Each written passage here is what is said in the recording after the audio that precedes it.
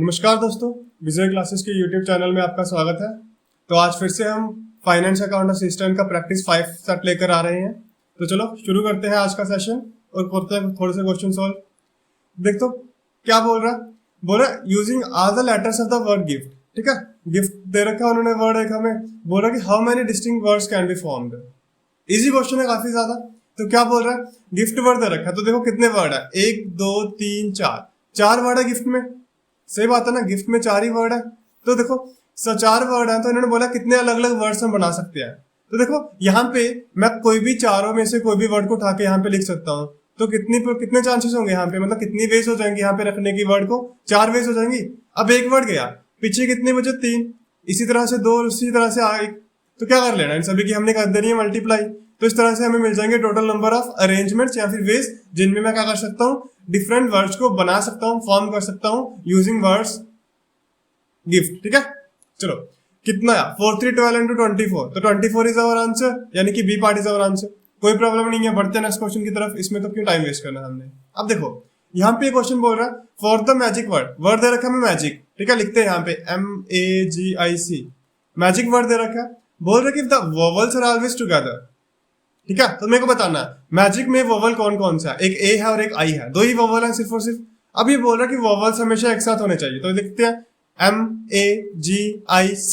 ठीक है, अब यहाँ पे ना ए और आई को ना हम कर देते हैं पैक, सील कर देते हैं यहाँ पे हम इसको, क्योंकि क्या बोला हुआ है कि वोवल हमेशा एक साथ होने चाहिए। तो जब भी मैं अब इनको उठाऊंगा, अरेंजमेंट बनाऊंगा, तो ए और आई हमेशा क्या रहने चाहिए, इकट्ठे रहने चाहिए। तो इसलिए मैंने इनको क्या कर दिया, पैक कर दिया मैंने इसमें बॉक्स में। तो मेरे को बताओ अब टोटल वर्ड्स कितने बचे, 1 2 3 और 4 वर्ड्स बचे मेरे पास टोटल। तो मेरे को बताओ 4 वर्ड्स को अरेंज करने के लिए कितने वेज होंगी, 4 फैक्टोरियल होंगे।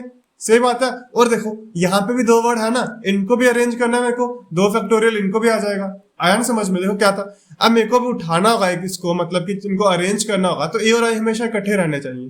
तो ए और आई को मैं यहाँ पे लेके आऊंगा, ए और आई को मैं यहाँ पे लेके आऊंगा, तो हमेशा इकट्ठे रहने चाहिए। इसीलिए हमने मान लिया कि ये एक सिंगल वर्ड है। हर एक क्वेश्चन में ऐसे करना है, जितने भी वो बोलेंगे ना कि इन वर्ड्स को हमने कर देना कि इकट्ठे बिठाना हमेशा, तो उतने वर्ड्स को हमने एक डब्बा बना के पैक कर देना और उसको एक सिंगल यूनिट मानना है। ठीक है, इसी तरह से आपने हर एक क्वेश्चन को सॉल्व करना है। तो देखो मल्टीप्लाई करते कितना आंसर आएगा, 4 into 3 into 2 और यहाँ पे 2 आएगा, 12 24 48। कितना आंसर आया, 48 हमारा आंसर आ गया, बी पार्ट हमारा आंसर है। कोई प्रॉब्लम नहीं है इस क्वेश्चन में। बढ़ते हैं अगले क्वेश्चन की तरफ।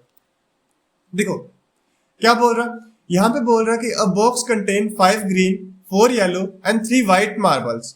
ठीक है, 5 ग्रीन है, 4 येलो है और 3 व्हाइट मार्बल्स है हमारे पास। अब क्या बोल रहा है, 3 marbles are drawn at random.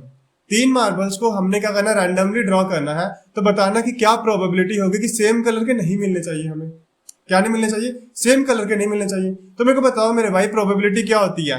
Probability होती है favourable outcomes upon total outcomes. तो चलो मेरे को 3 मार्बल को ड्रॉ करना है, 3 मार्बल को ड्रॉ करना है। तो यहाँ पे हम बना लेते हैं कि 3 मार्बल्स को टोटल आउटकम्स कितनी मिलने वाली है। तो बताओ 5 और 4 9 और 3 12, टोटल मार्बल्स कितने हैं 12, ड्रॉ करने कितने 3। तो यही मेरे पास टोटल कॉम्बिनेशन मिलेंगी मेरे को 3 मार्बल्स को ड्रॉ करने की, बिल्कुल यही मिलेंगी। तो करो कितना आएगा, 12 into 11 into 9 अपॉन 3 into 2, तो 6 to 12 आ गए यहाँ पे। तो कितना नंबर बना ये, ठीक है ना, हमने 5 और 4 9 9 और 3 12 है ना, 9 और 3 12 ही होते हैं, बिल्कुल ठीक है, कोई प्रॉब्लम नहीं है। तो 12 C3 तो यही आएगा। अच्छा 12 11 और 10 आएगा, है ना, 12 11 और 10 आएगा। तो कितना नंबर बना, ये बना 220। यानी कि टोटल आउटकम्स कितनी बन गई हमारे पास, टोटल आउटकम्स हमारे पास बन गए 220। चलो इसको अलग रख लेते हैं। अब क्या बोला उसने, फेवरेबल कौन सी चाहिए। फेवरेबल मुझे चाहिए कि 3 मार्बल को ड्रॉ करना और सेम कलर के नहीं होने चाहिए।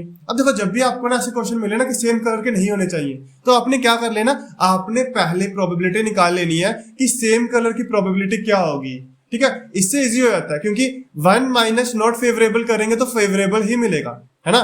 1 minus probability of not favourable, है ना, प्रोबेबिलिटी ऑफ नॉट फेवरेबल किसकी होती है, फेवरेबल ही होती है। तो इसलिए हमने क्या करना, सबसे पहले प्रोबेबिलिटी निकाल लेनी है हमें कि सेम कलर की प्रोबेबिलिटी क्या होने वाली है। तो देखो अगर मैं बोलूं कि मेरे को क्या करना है, मैंने 5 के 5 ग्रीन निकाले, तो इतनी वेज होंगी, फिर हम प्लस कर लेंगे। यहाँ तो 4 के 4 ग्रीन कौन से मिले, येलो मिले, और यहाँ तो तीनों के तीनों व्हाइट मिले। बोलो आ रहा समझ में? तो ये हमारे पास क्या हो जाएंगी, सेम कलर की प्रोबेबिलिटी हो जाएगी। पहले हमने देखो डिवाइड तो करना 220 से, वो तो अलग चीज आ गई। तो हमने यहाँ पे निकाल ली कि फेवरेबल आउटकम मतलब कि नॉट फेवरेबल, जो हमें सेम सेम चाहिए होंगी, हम वो निकाल रहे हैं यहाँ पे। ठीक है, तो चलो कितना आएगा, 5 इंटू 4/2, ये आ गया 10। ये कितना मिलेगा, ये 4 ही मिलेगा, और ये कितना मिलेगा, ये 1 ही मिलेगा। तो कितनी होगी, 15 होगी। चलो इसको इरेज करते हैं और आगे लिखते हैं हम इसको क्या मिलने वाला हमें। ये थोड़ा सा कर लेते हैं, इरेज जगह बना लेते हैं थोड़ी सी सॉल्व करने के लिए। अब देखना यहाँ पे क्या हुआ हमारा, यहाँ पे जो क्वेश्चन हमने सॉल्व करा किस तरह से करा। हमने पहले प्रोबेबिलिटी निकाल ली कि सभी के सभी अगर हम सेम बॉल्स निकालेंगे तो उनकी सेम मार्बल्स निकालेंगे तो उनकी क्या प्रोबेबिलिटी होगी। तो उसमें से मैं माइनस कर दूंगा उसको, ठीक है ना, आ रहा ना समझ में, 1 में से माइनस कर दूंगा तो मेरे को अपनी जो रिक्वायरमेंट है, जो क्वेश्चन सॉल्व करना है, 1 मिल जाएगा, बिल्कुल मिलेगा। तो सेम वही हमने मेथड लगाया यहाँ पे। देखो क्या बोल रहा है, यहाँ पे कितनी मिली हमें, 15 मिली। 15 टोटल केसेस ऐसे मिले जहां पे हमें क्या मिल रहा था, सेम कलर मिल रहे थे। तो 15/220 मेरे को बताओ इसकी प्रोबेबिलिटी क्या होगी, 5 3 15, 5 44 220। तो यहाँ पे सेम कलर की प्रोबेबिलिटी हमें क्या मिली, सेम कलर की मिली 3/45 44। तो नॉट सेम की क्या होगी, है ना, not of the same colour क्या होगा, ये मिल जाएगा 1 माइनस 3/44। तो क्या मिलेगा, 44 माइनस 3/44, यानी कि 41/44 इज आवर आंसर, यानी कि D part is our answer. कोई दिक्कत नहीं होगी, कोई परेशानी नहीं हुई होगी आपको क्वेश्चन समझने में। तो बढ़ते हैं नेक्स्ट क्वेश्चन की तरफ। देखो in a class there are 15 boys and 10 girls, ठीक है ना, 15 लड़के हैं, 15 बॉयज हैं और 10 गर्ल्स हैं। 3 स्टूडेंट्स को हम सिलेक्ट करेंगे रैंडमली, 3 स्टूडेंट्स को हमने रैंडमली सिलेक्ट करना है। तो बोला कि प्रोबेबिलिटी क्या होगी कि एक गर्ल और 2 बॉयज मिले हमें, एक गर्ल और 2 बॉयज मिले। तो देखो यहाँ पे 10 गर्ल्स है, 10 गर्ल्स में से एक गर्ल को सिलेक्ट करने की एक मतलब कि अरेंजमेंट होंगी 10C1। इसी तरह से 2 बॉयज को सिलेक्ट करना है तो 15C2, कोई प्रॉब्लम नहीं। और देखो टोटल कितनी निकाली, तो हमें निकालना क्या है, प्रोबेबिलिटी निकालनी है। तो फेवरेबल अपॉन टोटल, टोटल कितने हैं, 25 है ना, तो 25C3। देखो आराम से क्वेश्चन सॉल्व। 10C1 कितना होता है, 10C1 होता है 10। 15C2 कितना आएगा, ये मिलेगा 15 इंटू 14/2, है ना। इसी तरह से 25C3 क्या मिलेगा, 25 इंटू 24 इंटू 23/3 इंटू 2, सही है। तो ये काट दो, 2 7 14, 3 2 6 6 4 24, सही है, बिल्कुल सही है। अब इसको थोड़ा सा साफ से यहाँ पे लिख लेते हैं, क्या क्या मिला, 10 into 15 into 7 upon 25 into 4 into 23। समझ में आ रहा है ना, कोई दिक्कत नहीं हो रही होगी ना, बिल्कुल नहीं हो रही होगी। तो काटो, 5 to 10 एंड 5 5 25, और यहाँ पे 5 3 15 मिल चुका हमें। तो कितना मिला, देखो यहाँ पे 3 2 6 6 7 42 अभी भी कट जाता है ये। तो यहाँ पे इसको काट लेते हैं, 2 2 4 एंड 2 21 सा। तो यहाँ पे हमें मिल रहा है ना 21/46। तो 21/46 इज अवर आंसर, यानी कि ये पार्ट हमारा आंसर बन गया। देखो यहाँ पे तो काटना ही है, कोई प्रॉब्लम नहीं है। यहाँ पे आपको समझने वाली क्या चीज थी, ये चीज समझने वाली थी कि हमें क्या मिलेगा। यहाँ पे मिलेगा कि 10 लड़कियां, उनमें से एक को सिलेक्ट करना 10C1, 15 बॉयज है, 2 को सिलेक्ट करना 15C2 और डिवाइड कर देना 25C3 से, क्योंकि टोटल आउटकम्स जो मिलेंगी वो तो 25C3 ही मिलेंगी मुझे, ठीक है ना। समझ में आ गया ना, आगे तो बस डिवाइड करना था और आंसर निकालना आपको। बढ़ते आगे, बिल्कुल बढ़ते हैं। अब इस क्वेश्चन में देखना क्या बोल रहा है, बोल रहा है कि एक सम है ₹1600 का, ये सिंपल इंटरेस्ट दे रहा है 252 का, कितने साल में, 2 साल और 4 महीनों में। मेरे को पता है कि सिंपल इंटरेस्ट जो होता है वो हर साल सेम रहता है, हर साल सिंपल इंटरेस्ट सेम रहता है। तो यहाँ पे हम निकाल लेंगे कि एक साल में मुझे सिंपल इंटरेस्ट कितना मिल रहा है। ये तो 2 साल और 4 महीने का है, तो एक साल में कितना का वो हमें निकालना पड़ेगा। सबसे पहले कन्वर्ट करते हैं 2 साल और 4 महीने को ईयर्स में, तो 4 मंथ को 12 से डिवाइड कर देंगे, ईयर में कन्वर्ट हो जाएगा। तो क्या मिला, 3 2 6 + 1 7/3 ईयर्स मिले, यानी कि 7/3 ईयर्स में मुझे 252 का इंटरेस्ट मिल रहा है। तो एक साल में कितना मिलेगा, देखो 7/3 ईयर्स में मुझे मिला 252 का इंटरेस्ट, तो एक साल में कितना मिलेगा मुझे, ये 3 ऊपर चला जाएगा और 7 नीचे आ जाएगा। तो 7 कितना आएगा, देखो 7 3 21 एंड 7 6 42, बिल्कुल। और 36 की मल्टीप्लाई 3 से करेंगे तो क्या मिलेगा, 108 मिलेगा, है ना, बिल्कुल। तो एक साल में 108 का इंटरेस्ट मिल रहा है। एक साल में 108 का इंटरेस्ट किसके ऊपर मिल रहा है, 1600 के ऊपर मिल रहा है। तो 1600 के ऊपर मिल रहा है, रेट ऑफ इंटरेस्ट निकालना, 100 से कर देंगे डिवाइड। तो कितना मिला, 16 7 700 कितना होता है, 16 8 होता है।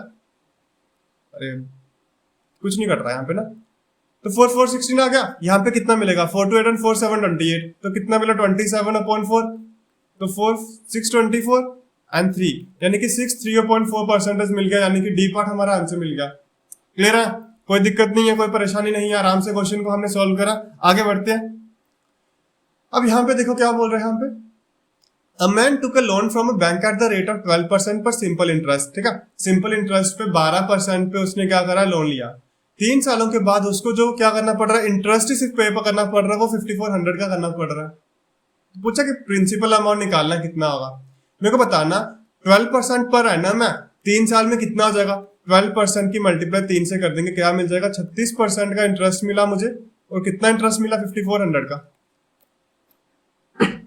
प्रिंसिपल निकालना है, यानी कि 100% की वैल्यू निकालनी है।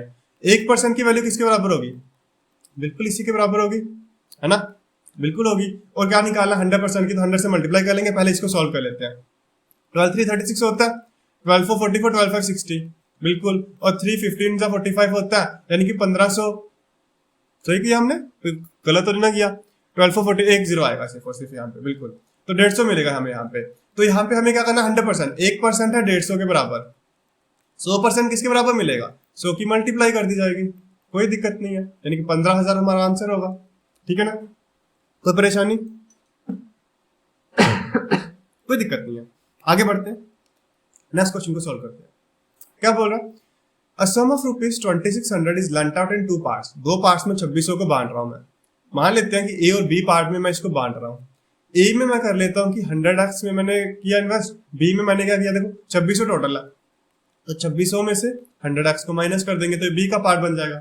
अब क्या बोल रहा है, इन सच ए वे दैट कि इंटरेस्ट जो है एक हिस्से पे वो 10% है 5 साल के लिए, वो इक्वल है।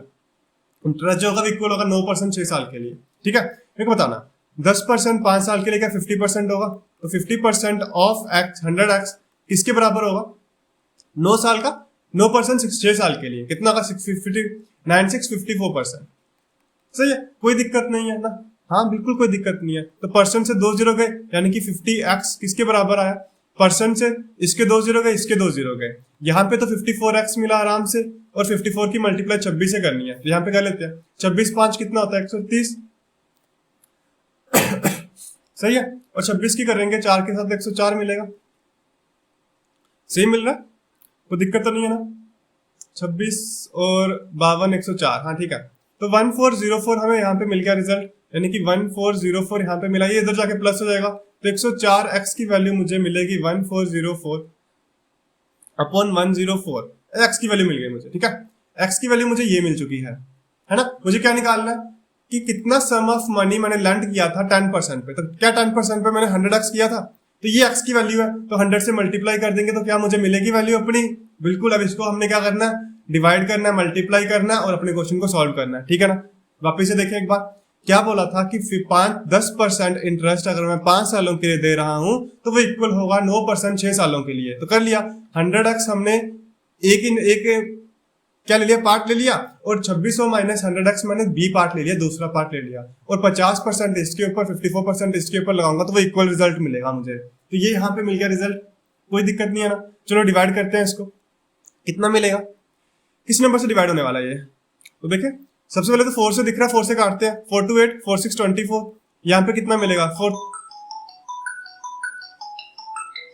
हाँ तो यहाँ पे कितना मिलेगा 4 3 12 2 0 4 5 20 एंड 1, तो यहाँ से 13 से कट रहा दिख रहा है ना, 13 से कटता हुआ, बिल्कुल 13 2 26, ये कितना मिलेगा 13 2 26 एंड 13 7 91, और यहाँ पे 50 के साथ इसको कर दो, तो 27 की मल्टीप्लाई करेंगे 50 के साथ, तो हमें क्या मिल जाएगा, अपना रिजल्ट मिल जाएगा।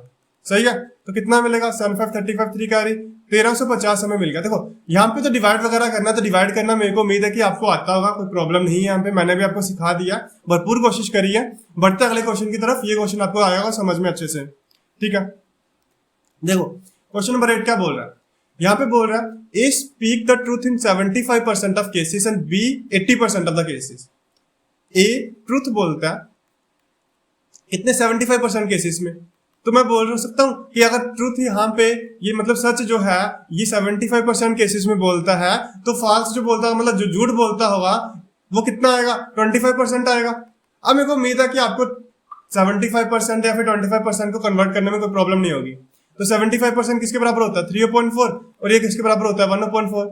इसी तरह से बी की भी बात कर रहे हैं कि 80% में वो सच बोलता है, तो इसका मतलब 20% में वो झूठ बोलता होगा 20% केसेस में। तो 80% किसके बराबर होता है 4/5 और 20% 1/5। अब क्या बोला उसने कि what percentage of cases are they likely to contradict each other, कि वो एक दूसरे को मतलब कि झूठ बोले, मतलब कि एक तरह से मतलब कि एक कुछ बोल रहा है दूसरा कुछ बोल रहा है, कितने केसेस में हो सकता है। तो बोल सकता हूं ऐसे दो केसेस मिलेंगे कि एक में ए जो है सच बोल रहा है, बी झूठ बोल रहा है। इसी तरह से एक अलग केस क्या हो सकता है कि ए झूठ बोल रहा है, बी सच बोल रहा है। तो बस कर दो यहां पे ए की सच बोलने की प्रोबेबिलिटी कितनी है यहां पे देखिए, तो यहाँ पे 3/4 है और बी की कितनी है झूठ बोलने की प्रोबेबिलिटी, देखो बी का फॉल्स, यहाँ पे देखो झूठ बोलने की 1/5 है। इसी तरह से ए की झूठ बोलने की 1/4 और बी की सच बोलने की 4/5। ठीक है, चलो करो प्लस इसको, ये कितना हो जाएगा 3/20, ये कितना हो जाएगा 4/20। कोई प्रॉब्लम? तो करो 4 + 3 + 4 7/20, यहाँ पे करते हैं अब सॉल्व 7/20। क्या बोला परसेंटेज निकालनी है, परसेंटेज में आंसर दे रखा 7/20 कर दो 100 के साथ मल्टीप्लाई, 20 की 5 के साथ करी 7 5 35%। हमारा आंसर आ गया कि 35% ऐसे केसेस होंगे कि वो एक दूसरे क्या करेंगे कॉन्ट्राडिक्ट करेंगे। ठीक है ना, उम्मीद करता हूँ क्वेश्चन समझ में आया होगा। क्या था यहाँ पे केसेस बनाना है हमें अपने को, कैसे केसेस है कि देखो एक सच बोल रहा है एक झूठ बोल रहा है, एक सच बोल रहा है एक झूठ बोल रहा है, बस हमने निकाल लिया कि सच बोलने की प्रोबेबिलिटी कितनी है, झूठ की कितनी है, सच की कितनी है, झूठ की कितनी है। सही है, बिल्कुल सही है, कोई दिक्कत नहीं है। बढ़ते हैं आगे। अब यहाँ पे देखो इस क्वेश्चन में क्या कहा जा रहा है, इस क्वेश्चन में कहा जा रहा है कि दो कार्ड्स हैं, उनको मैं ड्रा करूंगा together from a pack of 52 cards. Total cards कितने हैं 52 कार्ड्स हैं। अब क्या बोला कि दो कार्ड्स निकाल रहे हैं, कितने कार्ड्स ड्रा कर रहे हैं, दो कार्ड्स को ड्रा किया जा रहा है। प्रोबेबिलिटी बतानी है कि एक स्पेड होना चाहिए एक हर्ट होना चाहिए। तो आपको पता है स्पेड कितनी होती है 13, हर्ट कितनी होती है 13। तो बताओ एक अगर हर्ट स्पेड चाहिए तो कितनी क्या चांसेस होंगे 13C1, और इसी तरह से इकट्ठे करने हैं तो एक 13C1 हर्ट का भी, और इसी तरह से टोटल कितने हैं 52 कार्ड्स हैं, उनमें से दो को ड्रा करना है, बस प्रोबेबिलिटी खत्म हमारी। बहुत इजी है प्रोबेबिलिटी, को दिक्कत नहीं है हमें, बिल्कुल भी आपको घबराना नहीं है जब भी ऐसा क्वेश्चन आएगा आपको। तो 52/1 और यहाँ पे 2 मिल गया, तो 2 26 और 52 होता है 13 13 2 26 कितना मिल गया 13/51 की मल्टीप्लाई 2 से करेंगे तो 102 मिलेगा, यानी कि 13/102 यानी कि डी पार्ट हमारा आंसर है। बोलो आया कि नहीं समझ में? बिल्कुल। क्या बोला था कि टोटल कार्ड्स थे 52, बोला कि प्रोबेबिलिटी एक स्पेड और एक हर्ट की कितनी होगी। स्पेड टोटल कितने हैं भाई मेरे 13 है, हर्ट कितने हैं 13 है, बिल्कुल। तो 13 में से मेरे को एक कार्ड को ड्रॉ करना 13C1, हर्ट में से एक 13 में से एक को ड्रॉ करना 13C1, लेकिन टोटल तो चाहिए ना, फेवरेबल अपॉन टोटल होता है ना प्रोबेबिलिटी, तो फेवरेबल अपॉन टोटल होता है तो 52C2 भी तो करना पड़ेगा। बिल्कुल, तो इस तरह से हमने ये क्वेश्चन को करा सॉल्व। चलो नेक्स्ट क्वेश्चन देखो कौन से टॉपिक पे, लिमिट पे आ गया क्वेश्चन। तो ये देखो ये भी क्वेश्चन आपको पेपर में मिलने वाला है ना, इस टाइप के लिमिट्स के क्वेश्चन भी। तो क्या बोल रहा है देखो, लिमिट x अप्रोच कर रही है 1 की तरफ, x - 1/x² + x - 2। देखो अगर इसको मैं नॉर्मली सॉल्व करने की कोशिश करूं तो 1 को पुट करूंगा तो 0.0 केसेस बन रहा है। तो लेकिन यहाँ पे देखो नीचे क्वाड्रेटिक इक्वेशन बन रही है, तो क्या पहले मैं क्वाड्रेटिक इक्वेशन को सॉल्व कर लूं? बिल्कुल आती होगी ना। तो कैसे करना है, मिडिल टर्म को स्प्लिट करनी है, 2x - x में स्प्लिट हो जाएगा, x कॉमन आ गया और यहाँ पे -1 कॉमन आ जाएगा, और ये x + 2 मिला और यहाँ पे x - 1 मिला। ठीक है ना, यानी कि हमने x² + x - 2 को ये लिख सकते हैं। तो लिखो अब लिमिट x अप्रोचेस टू 1, ऊपर आएगा x - 1, नीचे आएगा x + 2 मल्टीप्लाई x - 1 के साथ। तो ये और ये गया, क्या मिला, limit x approaches to 1 1/x + 2। अब डाल दो, देखो कोई प्रॉब्लम नहीं है। अब 1 पुट कर देंगे तो यहाँ पे क्या मिलेगा 1/1 + 2 यानी कि 1/3। तो ये हमारा आंसर मिल गया, यानी कि सी पार्ट हमारा आंसर मिल गया। ठीक है ना, सिंपल था ना क्वेश्चन, सही है, बड़े आगे समझ में आया ना। बस देखो जब भी 0.0 फॉर्म का क्वेश्चन बने तो कुछ मतलब कि इसको सॉल्व करने की कोशिश करो। ठीक है ना, बिल्कुल। नेक्स्ट बढ़ते हैं। अब देखो क्या बोल रहा है, बोल रहा है कि फाइंड करो unit vector. Unit vector find करना in the direction of sum of vectors. अब मेरे को बताना कि यूनिट वेक्टर क्या होता है। आपको पता है ना यूनिट वेक्टर क्या होता है, हम ऐसे सॉल्व करते आए हैं, a cap is equal to a vector upon mode of a।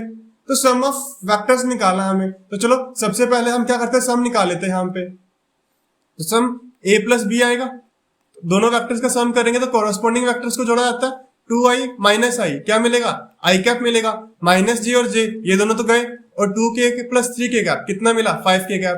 तो ये मुझे दोनों का सम मिल गया, ठीक है, ये सम मिल गया। अब मुझे क्या चाहिए, मॉडुलस चाहिए इनका। तो मॉडुलस जब निकालेंगे वेक्टर्स का यानी कि सम का, तो कैसे मिलेगा, 1 का स्क्वायर 1, 5 का स्क्वायर 25, क्या मिला 26, सही है। तो यहाँ पे मुझे क्या मिलेगा, यूनिट वेक्टर जो मिलेगा, इसको कुछ और मान लेते हैं ना, इसको मान लेते हैं, चलो डी मान लेते हैं इसको, ठीक है, डी मान लिया हमने। तो डी यूनिट वेक्टर जो मिलेगा मुझे, वो क्या मिलेगा, वो मिलेगा मुझे हमारे वेक्टर्स, पहले हमने ऊपर वेक्टर लिखना अपना सम वाला, तो i cap plus 5k cap upon square root of 26, तो इसको एक्सपैंड कर देना है ना, डिस्ट्रीब्यूटिव प्रॉपर्टी जो भी हमारी होती है। तो यहाँ पे 5k cap upon 26 square root 26, तो कौन सा पार्ट बना, i cap upon square root 26 and 5 upon square root, यानी कि बी पार्ट हमारा आंसर बना। बोलो समझ में आया ना, उम्मीद करता हूँ सेशन पसंद आया होगा, आपने क्वेश्चन सॉल्व करना सीखे होंगे आज, बिल्कुल, और इसी तरह से प्रैक्टिस करते रहिए। कल वापस से मिलेंगे हम, तब तक के लिए जय हिंद, नमस्कार, बाय बाय।